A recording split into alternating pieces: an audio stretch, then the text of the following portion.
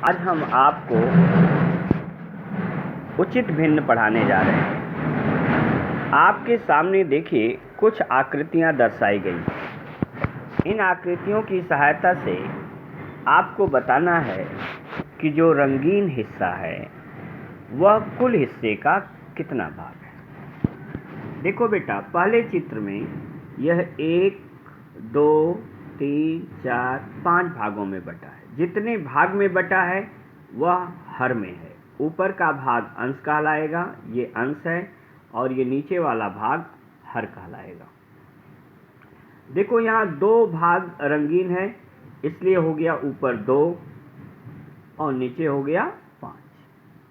जब एक ही भाग के कई भाग कर दिए जाएंगे तो उसका एक हिस्सा में जो हिस्सा रंगीन है वह ऊपर अंश में लिखा जाता है, और कुल जितने भाग में बटा है यह कुल भाग हर में लिखा जाता है। अब देखो आप जो दूसरा भाग है, इसमें देखो 1, 2, 3, 4, 5, 6 भाग हैं, तो नीचे कितना हो गया 6। और ऊपर देखो कितना भाग रंगीन है, 1, 2, 3, 4, तो इसको हम क्या लिखेंगे 4/6। यहाँ देखो कुल कितने तीसरे में 1, 2, 3 हिस्से हैं, तो अपान में क्या लिखेंगे 3।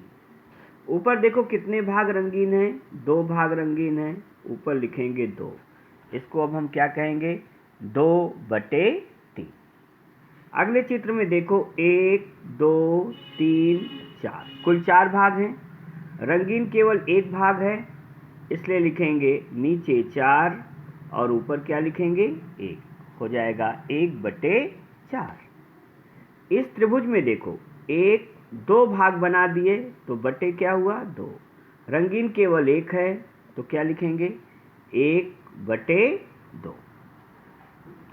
इस वाले में देखो वृत्त में कुल कितने भाग हैं, 1, 2, 3, 4, 5, 6, 7, 8 भाग हैं।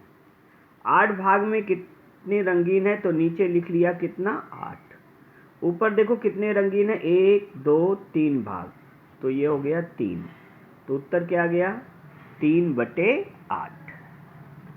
इसमें देखो आयत में, आयत क्या, यह एक आयत है, हाँ, तो देखो आप 1, 2, 3, 4, 5, 6 है, तो नीचे क्या लिख दिया 6। ऊपर देखो 1, 2, 3 है, तो क्या लिख दिया 3/6। यहाँ देखो कुल कितने खाने, 1, 2, 3, 4, तो नीचे क्या लिख दिया 4। ऊपर देखो कितने रंगीन है, 1, 2, 3 भाग रंगीन है, तो क्या हो गया 3/4। इनमें देखो कुल कितने हिस्से थे, 1, 2, 3, 4 हिस्से हैं, तो बट्टे में क्या हो गया 4। ऊपर देखो कितने भाग रंगीन हैं, 1, 2, 3 भाग रंगीन हैं, तो इसको भी क्या लिखेंगे 3/4। इसमें देखो कुल कितने भाग हैं, 1, 2, 3, 4, 5, 6 भाग हैं, तो नीचे क्या लिख दिया 6। ऊपर देखो कितने भाग रंगीन है, 1, 1, 2, तो क्या लिख दिया 2/6। ठीक है। अब देखो नीचे हमने जो आकृतियां दी गई हैं उनकी समतुल्य भिन्न ऐसे ही आपको लिख करके दिखाना है, ठीक ना। देखो यह सभी भिन्न, इसका हर जो नीचे का है वह बड़ा है, अंश छोटा है, इसलिए ऐसी भिन्न को हम क्या कहते हैं, उचित भिन्न कहते हैं। कौन सी भिन्न कहते हैं, ऐसी भिन्न को उचित भिन्न कहते हैं। अब आओ बेटा, देखो यहाँ पर सम ऐसी संख्याएं हैं जिनका हर समान है, इनको हमें जोड़ना है।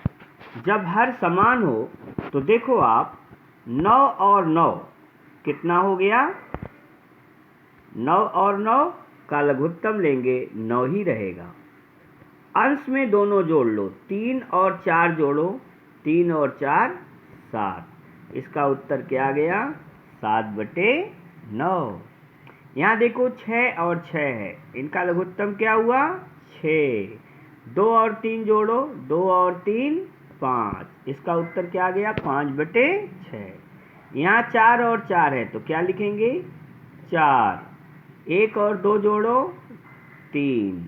उत्तर क्या गया? 3/4। यहाँ देखो 9 और 9 है तो लघुत्तम क्या हुआ? 9। ठीक। यहाँ देखो 5 और 2 कितना हो जाएगा? 7। तो उत्तर क्या गया? 7/9। अगले में देखो 7 7 है तो क्या लिखें? नीचे 7। ऊपर 3 और 1 कितना हो गया? 4। शाबाश। यहाँ देखो 5 5 है तो क्या लिखेंगे? 5। ऊपर जोड़ो 1 और 2 कितना हुआ? 3। क्या पढ़ेंगे? 3/5। यहाँ देखो 6 और 6 है तो क्या लिखें? 6। यहाँ 2 और 3 जोड़ो, 5। उत्तर क्या गया? 5/6। अगले में देखो 8 और 8 है तो क्या लिखें? 8। 3 और 2 जोड़ो, 5। तो कितना आ गया? 5/8। अगले को जोड़ो बेटा, देखो 3 और 3 है ना, क्या लिखेंगे? 3। 1 और 1 जोड़ो, 2। क्या पढ़ेंगे? 2/3। इसको देखो 4 4 है तो क्या लिखें? 4। 1 और 1 जोड़ो, 2। उत्तर क्या हो गया? 2/4। अब इसको डायरेक्ट जोड़ो, देखो ये 5 हो गया, 1 और 1 जोड़ो, 2। क्या हो गया? 2/5। 6 और 6 जोड़ो, 6। 1 और 2 जोड़ो, 3। कितना आ गया? 3/6। अब यहाँ जोड़ो आप जरा अपने से, क्या लिखें? 9। 3 और 4 जोड़ो, 7। क्या उत्तर आ गया? 7/9। यहाँ देखो 8 8 है तो क्या हुआ? 8। 2 और 5 जोड़ो, 7। 7/9। यहाँ देखो 7 हुआ, और ये 4 और 2 कितना हो गया? 4 और 2 कितना हो गया बेटा? 6। उत्तर क्या गया? 6/9। तो ध्यान दो, ऐसी भिन्नों को जिनके हर समान हैं इन्हें हम समभिन्न कहते हैं। इसका हर वही रहता है। इसके हर का एलसीएम भी लेंगे, जैसे 9 9 का पहले सवाल में 9 9 का एलसीएम 9 आया, 6 6 का एलसीएम 6 आया, 4 4 का एलसीएम 4 आया। समझ गए? धन्यवाद।